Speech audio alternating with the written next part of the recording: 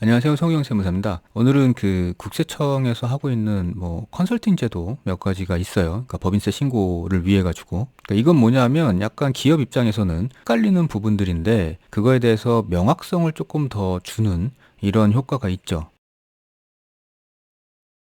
그러니까 뭐냐 하면 예를 들어 가지고 지금 연구소가 있거나 연구 전담 부서가 있는 경우에는 연구인력 개발비 세액공제를 하는 경우가 많거든요. 그게 공제 세율 자체가 막 25% 이렇게 되다 보니까 굉장히 효과가 커요. 세액 감면 효과에선. 근데 이게 연구인력 개발비 세액 공제를 받으려면 그 자격 요건하고 그리고 그 대상이 그 연구원들의 인건비도 있지만 그 연구에 소요되는 재료비 이런 것들도 있어요. 그래서 이제 어디서부터 어디까지가 해당이 되는 건지, 그리고 연구원들은 또 어떤 요건을 갖춰야 되는 건지, 뭐 이런 것들에 대한, 그러니까 물론 규정은 있는데, 그게 이제 기업마다 아니면 상황마다 다 일일이 규정이 되어 있는 게 아니다 보니까, 여기에 맞는지 아니면 이쪽에 맞는지를 잘 헷갈릴 때가 많거든요. 그래서 이제 쉽게 얘기하면, 이게 이렇게 하는 게 맞는 건지 틀린 건지 좀 확인해줘. 이런 거예요. 그래서 그러면 이제 그거를 구세청이 확인을 해주는 거죠. 그래서 이제 이게 연구인력 개발비 세액공제를 해 보신 담당자분들은 아시겠지만 인건비하고 재료비가 다 들어가서 대상으로 넣게 되면 굉장히 이제 복잡해져요. 그러니까 단순하게 인건비만 넣게 된다 이러면 그나마 조금 나은데 다른 부분까지 들어가게 되면 이제 복잡한 경우가 많죠. 그리고 살짝 이제 불안하기도 해요. 이게 내가 맞게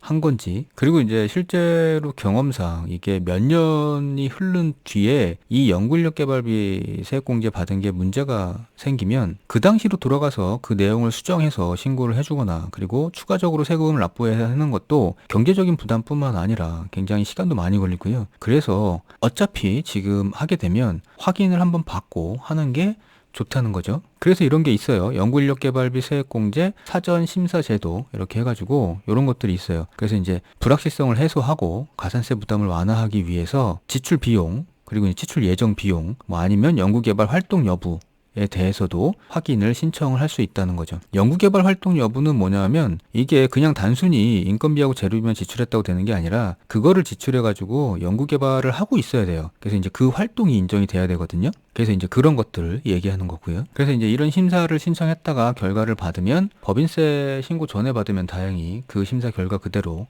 신고를 하면 되고, 아니다 그러면 나중에 받았다 이러면 그거를 경정청구나 수정신고로 수정을 해줘야 되겠죠. 그 다음에 뭐 이런 것도 있어요. 법인세 공제감면 컨설팅 제도 뭐 이런 것도 있는데, 이거는 이제 그 법인들이 공제나 감면 항목들이 되게 많거든요. 그리고 가능한 한 받을 수 있다 그러면 공제나 감면을 받는 게 좋아서 웬만하면 신청을 하려고 하는데, 이거를 괜히 신청했다가 내가 해당이 안 된다고 판결이 되면 나중에 신고 후에 가산세까지 부담을 해야 되잖아요. 잘못 신고한 거니까. 그래서 이제 법인 입장에서는 굉장히 실무자는 좀 보수적으로 판단하려는 경향이 있어요. 왜냐하면 실수를 했을 때 책임져야 되는 부분들이 있으니까. 근데 이제 법인 회사만 놓고 보면 적극적으로 공제나 감면을 받는 게 좋은 거죠. 그래서 이제 이런 제도를 두고 있는데, 공제나 감면세액의 계산이나 제출 서류들 해당이 되는지 안 되는지에 대해서 서면으로 답변해 주는 제도가 있대요. 그래서 이제 이거를 하게 되면 세액 공제나 세액 감면은 사후 관리를 하거든요. 그 이후에 제대로 하고 있나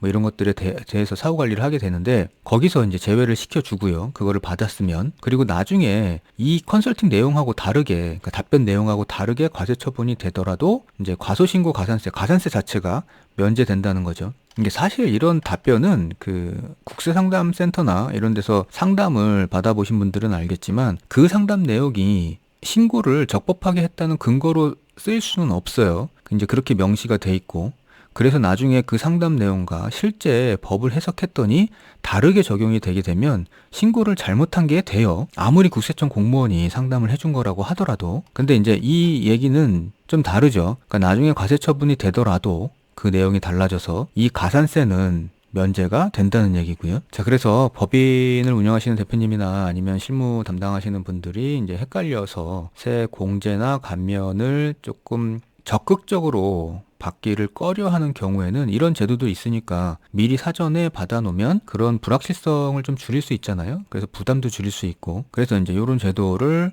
필요하시면 적극적으로 이용을 해보시는 것도 도움이 될 것 같아서 말씀을 드렸습니다. 자, 오늘 시간 마치겠습니다. 감사합니다.